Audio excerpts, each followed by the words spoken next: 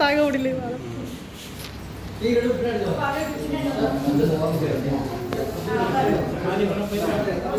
கேமராவில் ஃபோட்டோ எல்லாம் எடுத்துருக்கீங்க.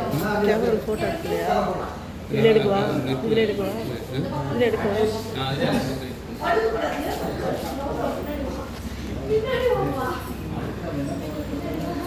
ஓகே, இப்போ இந்த நீங்கள் எந்திரிச்சாலும் அதான் உங்கள் ஸ்கூலு, படுத்தாலும் அதான் உங்கள் ஸ்கூல்.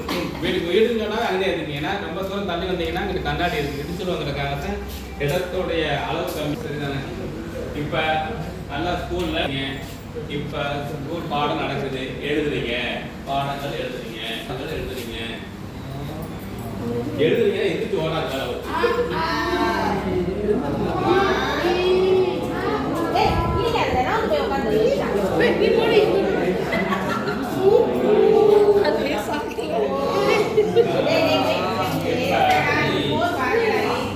இப்ப பெல் அடிச்சாச்சு, பெல் அடிச்சாச்சு.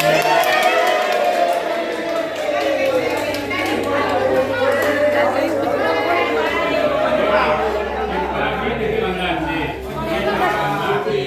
வீட்டுக்கு வந்தாச்சு. அப்படியே உட்காந்துருக்கு. வீட்டுக்கு வந்தாச்சு.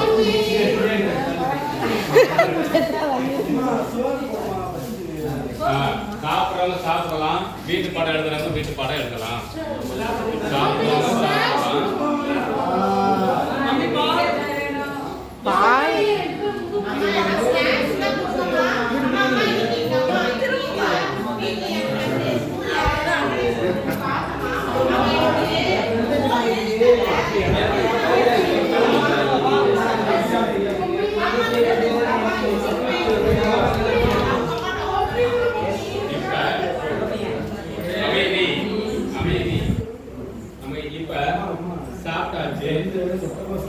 இப்ப முட்டைக்கோஸ் குழம்பா ஹோம் ஒர்க் எழுதுறீங்க, பாடத்திட்டம் எழுதுறீங்க, அதுக்கு உங்க வீட்டு பாடம்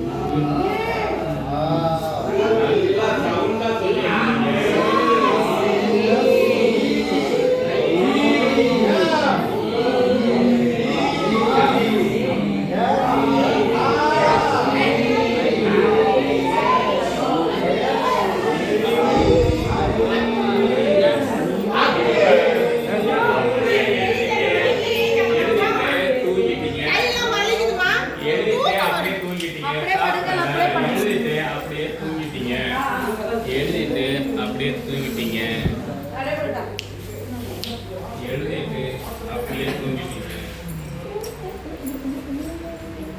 இப்ப வயசு 14, 8ஆம் வகுப்பு 10ஆம் வகுப்பு படிக்கிறீங்க. இப்ப வயசு 14, 10ஆம் வகுப்பு படிக்கிறீங்க. படிக்கிறீங்கன்னா அழகா புத்தகத்தை எடுத்து நடக்கலாம், புத்தகத்தை எடுத்துட்டு நடக்கலாம்,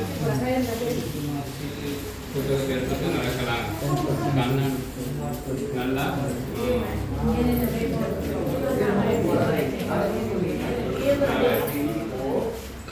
இப்ப அடுத்த நாள் பள்ளிக்கு போறீங்க. இப்ப அடுத்த நாள் தனியா பள்ளிக்கு போறீங்க. இப்ப 10ஆம் படிக்கிறீங்க இல்லையா, ஆனா அழகா தனியா பள்ளிக்கு போறீங்க. ஒரு பஸ் ஸ்டாப்ல நிக்கிறீங்க, நிக்கிறாங்க. இப்ப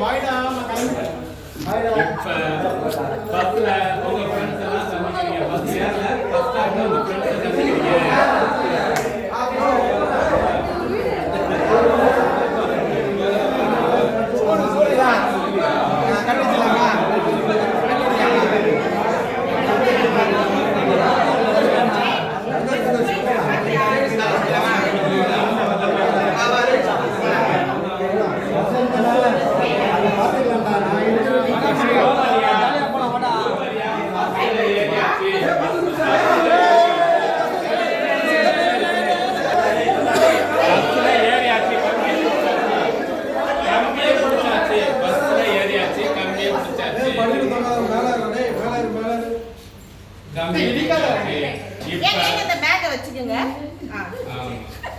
ரொம்ப இடிக்காதடா.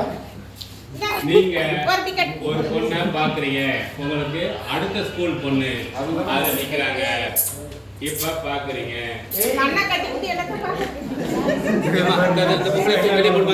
என்ன கமெண்ட்ஸ் கொடுக்குறேன், என்ன நடக்குதுங்க, வெளியே போ.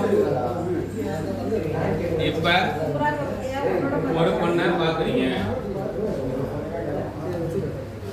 இப்ப அந்த பொண்ணு உங்களை கவனிக்கிறாங்கிறது தெரியுது, சிக்னல் கொடுக்குறீங்க.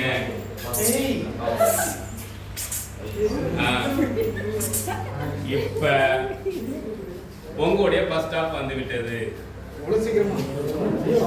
பஸ் ஸ்டாப் வந்து விட்டது, இறங்குறீங்க. இப்ப ஸ்கூலுக்கு போயாச்சு. ஸ்கூல் போனா பஸ்ல பார்த்த பொண்ணே உங்க வகுப்புல உட்கார்ந்து முன்னாடியே,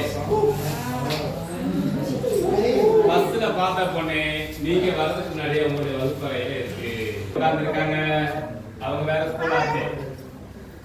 உங்களுக்கு ஒரே ஆச்சரியம், ஒருவேளை நம்மள பார்க்க வந்திருப்பாளோ, இல்ல நம்மகிட்ட ஏதாவது எச்சரிக்கை புகார் கொடுக்க வந்திருப்பாளோ, ஏதோ ஒரு பிரச்சனை பயந்துகிட்டே நீங்க கண்டுக்காத மாதிரி அதே சேர்ல போய் உட்காருங்க. கண்டுக்காத மாதிரி அதே சேர்ல போய் உட்காருங்க. இருந்தாலும் பயம் இருக்கு, எப்படி வந்தா அப்படிங்கிற ஒரு பயத்திலேயே இருக்கீங்க. அங்க ஒரு டீச்சர் வராங்க. அந்த டீச்சர் பொண்ணுதான், அம்மா சாப்பாடு வீட்டில் சொல்லிட்டீங்கன்னு டிஃபன் பாக்ஸை கொடுத்துட்டு அவ பள்ளிக்கு கிளம்புறா. அப்பதான் நமக்கு ஒரு நிம்மதி, ஏதாவது பிரச்சனையோ நடந்துருமோன்னு பயந்துகிட்டு இருந்ததுக்கு ஒரு நிம்மதி கிடைக்குது. அப்பாடான்னு அப்புறம் இப்படியே போயிட்டு இருக்குது 10ஆம் வகுப்பு. இப்ப இந்த பிறந்த எல்லாருமே பெண் தான், அதுக்காக நானா இருக்கேன் மைண்ட் வச்சுக்காது. சரியா? சரி. இந்த பெண் என்ன பண்றாங்கன்னா, அடுத்து எக்ஸாம் வர போறதுக்காக வீட்டுக்கு வருது இல்லையா, அந்த பிரச்சனை இப்ப மறுபடியும் வெடிக்குது. இப்ப கீழ் நாட்டெல்லாம் படிக்கிறா. அப்ப அந்த ஊர்ல இருக்கிறவங்க கீழ் நாட்டுக்காரங்க தானே. அப்போ ஒருத்தவங்க சொல்றாங்க, இந்த பொண்ணோட பொண்ணு இங்கதான் படிக்கிறான்னு சொல்லும் போது அந்த வீட்டோடைய உரிமை தலைமாமன் இதெல்லாம் அவங்களாம் அந்த பள்ளிக்கு போயிட்டு பாக்குறாங்க. இந்த பொண்ணு இப்ப கொஞ்சம் அழகா வடிவா அழகா இருக்கா. சரி, நம்ம வீட்டுல இருந்து போன பொண்ணு கூட அழகா இருக்கா, இவளை பேர் நம்ம கல்யாணம் பண்ணணும்ட்டு அவங்களுடைய உறவுக்காரங்க பேசிக்கிறாங்க. ஆனா அவருடைய அப்பா அம்மா அதை ஏற்றுப்பாங்களா அப்படின்ற ஒரு கேள்வி. இருந்தாலும் முறைப்படி போய் மேல இருக்கிற அந்த மலை மக்கள்கிட்ட போய் கீழ் நாட்டுக்காரங்க சண்டைலாம் இது வேண்டாம், நீங்க எப்படியும் கூட்டு வந்துட்டீங்க, கல்யாணம் பண்ணிட்டீங்க, எப்படியே இருந்துக்குங்க, ஆனா பிள்ளைய எங்களுக்காக கொடுங்க, கீழே இருக்க எங்களுக்கு கொடுங்க. அவங்களுக்கு சண்டை நடக்குது. சண்டை நடக்கிற சமயத்துல அவர் ஸ்கூல் விட்டு வீட்டுக்கு வர்றான். இதை அந்த காட்சியை பார்க்கறான். யாருமா இது, இவ்வளவு பேர் நம்ம வீட்டுக்கு வந்திருக்காங்க கேட்கலாம் பார்த்துட்டு நம்ம கிட்ட இப்போ பொண்ணு கேட்க வராங்க அப்படின்னு அவங்க அம்மா சொல்றாங்க, விளக்க சொல்றாங்க. இந்த குழந்தை சொல்லுது, நான் யாருக்கு என் பற்றி கல்யாணம் பண்ணுறதா இல்லை, எனக்கு அந்த வயசும் கிடையாது, நீ விட்டுருங்க, நான் படிக்கணும் அப்படின்னு சொல்றாங்க. இப்போ கீழே இருக்கவங்க எங்க வீட்டில் வந்து படிக்கணும்னு சொல்றாங்க. இல்லை விட்டுருங்க, நீ படிக்க விடுங்க அப்படின்னு சொல்றாங்க. ஒரு வழியா அந்த பிரச்சனை அன்னைக்கு அதுலேயும் தப்பிச்சு இப்போ தேர்வு எழுதக்கூடிய சூழல்ல இருக்கா. இப்போ தேர்வு எழுதுறாங்க. தேர்வு எழுதுறதுக்கு இப்போ படிக்கணும், ஆனால் படிக்க விடாம அவங்க சொந்தக்காரங்களாம் வந்து எதையாவது டிஸ்டர்பன்ஸ் பண்ணிட்டே இருப்பாங்க. அதை மீறியும் தேர்வு எழுத செல்கிறாள், தேர்வு எழுதுகிறாள். நீங்க தான் தேர்வு